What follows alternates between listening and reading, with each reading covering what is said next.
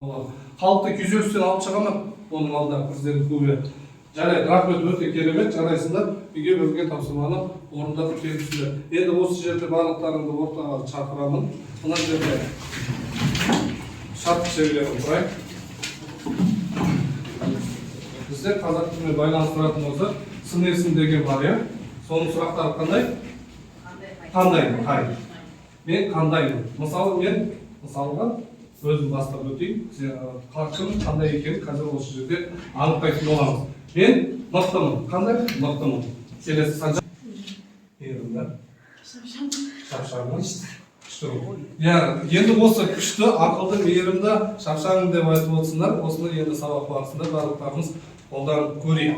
Көрсетейік. Сол айтқан сөзімізге лайықты болайық. Сол лайықты болмас бұрын ендерде сіздерге берілген тима қағаздар. Осы жерде әртүрлі пішіндер бар. Сол пішіннің артында кім қай топқа түсетіні туралы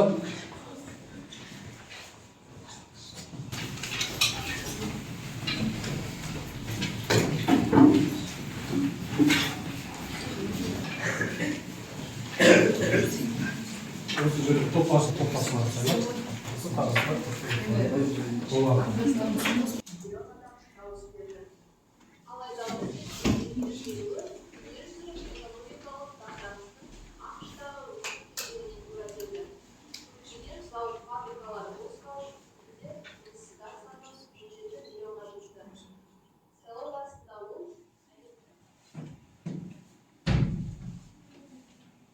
слайдта суретке назар аударсаңдар, бүгінгі сабақта тақырып қандай екен?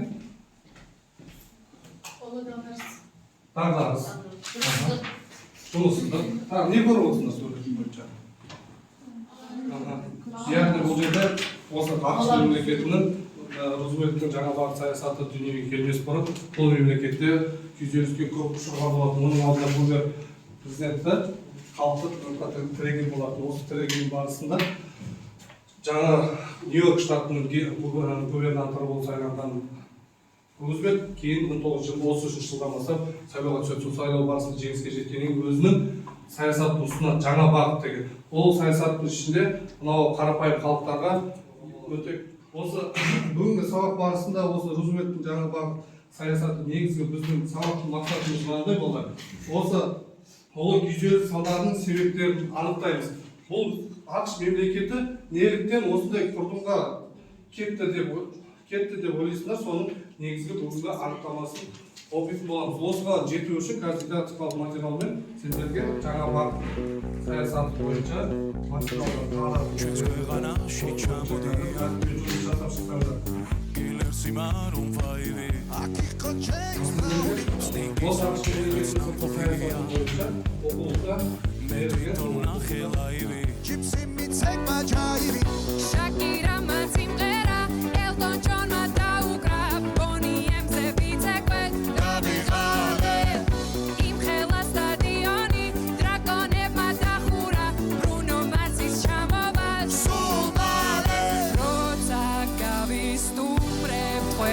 შენი ჯერია DJ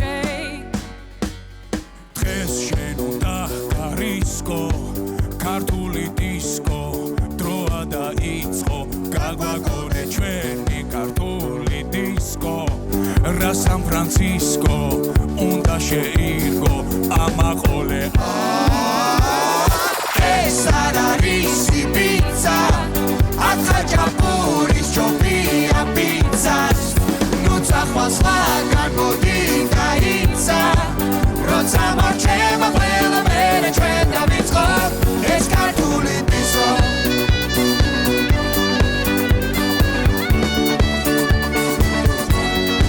ეს ქართული დისკო Роца მარჩება მერე დავიწყო ეს ქართული დისკო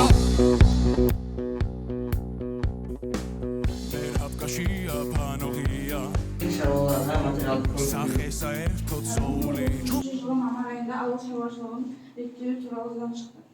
ауыл шаруашылығы. Президент көлемін нығайтты.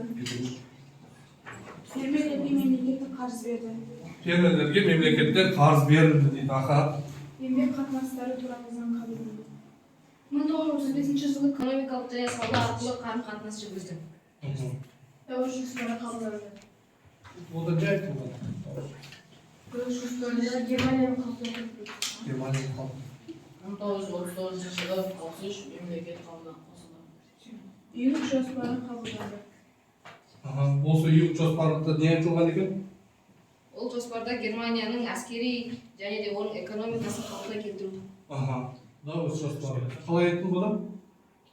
Germanya'nın kabul. Германияның қалпына келтіру. Рахмет. Жалпы отыра қойыңдар. Енді осы екі топта айтылып шықты да, бірінші топқа сыртқы саясат тобының оқушылары қандай баға береді? Шапалақ па әлде басқармақ па? Бағалап кетсеңдер. Бірінші топтың оқушыларын. Саджа? Шапалақ деймін болса басқармақ. Басқармақ болды. Өйткені олар көп себептермен алынбайды. Тамаша. Бұны дәлелдеп берді. Басқармақ, яғни саған дәлелдеп келтіріп берді. Екіншісі жаңа бағыт сол ба? Сыртқы саясатты қалай бағалайды екен? Шапалақ па әлде басқармақ па? Рахмет. Енді келесі кезекте бізде жұптық жұмыс болады. Жұптық жұмыс. Әркім өзінің жұбымен жұмыс жасайды. Бұл термин сөздер бар. Осы термин сөздерді сәйкестендіру, стрелка қою. 2 минут уақыт беріледі. Түсінбеген сұрақтар сөздері болса, мына тақтардан көрсеңдер болады. Осы тура сендерде тұрған қағаз, осы қағаз. Сәйкестендіру.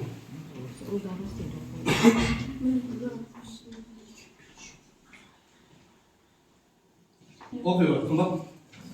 Ұлы дағдарыстың сөзі бізде 1930 жылдары дүниежүзілік тарихтағы экономикалық дағдарыстың бірі. дұрыс.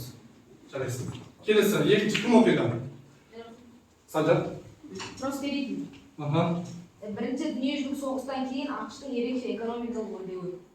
Не ойлайсың ба? Келісесіңдер ма?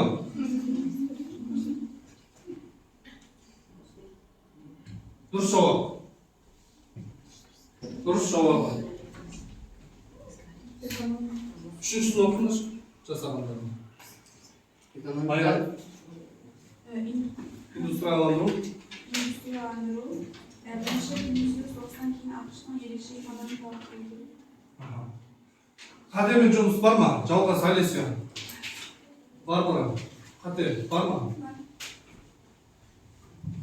Қатемен жұмыс жасайық. Енді келесі үшінші тапсырма жеке жұмыс болады. Жеке жұмыс бұл WhatsApp арқылы берілетін болады. Сізді толық жазамызда тест тапсырамыз. Тапсырма тест күйінде болады. Топ көреміз, барлықтарымыз алайық.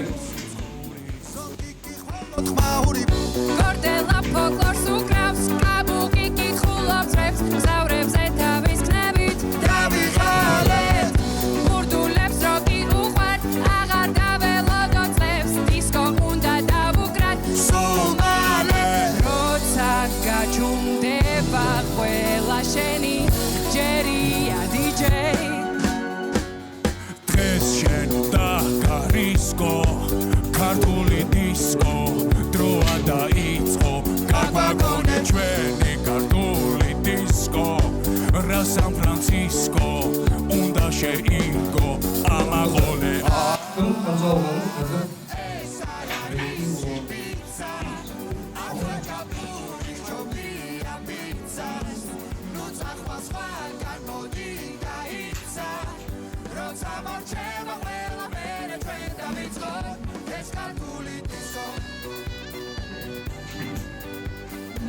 Қымбат Алтауына, Майра Жаннат 9-ына, Фарба Алтынай 4-өне жауап берді, Ағырке 7-өне, Әділет 7-өне, Жалғас 4-өне, Санжар 8-іне, Алеся 4-өне, Нұрислам 5-өне, Бақырбек 7-өне. Ең жоғарғы балл Жаннат мен Майра. Рахмет, қошеметтер. Ең жоғарғы балл жинаған. Енді кер байланыс балалар. Осы берілген кер байланыс жазып өтейік. Кер байланыс жазып өтейік. Қопастар. Барлық оқушы қатысты. Рахмет. Біздің топта бүгін барлық оқушы белсене қатысты. Рахмет. Нәтижелеріне. Енді бағалау барлықтарыңа бүгін өзге жақсы көрмей танысқан оқушыларға үздік баға қойылатын болады. Ал қате жіберген оқушылар әлде жұмыс істеу керектігін айтпасақ та өздері түсініп отыр, иә? баға әділ болды деп ойлаймын. Үйге тапсырма Roosevelt-тің жаңа бағытының мазмұны.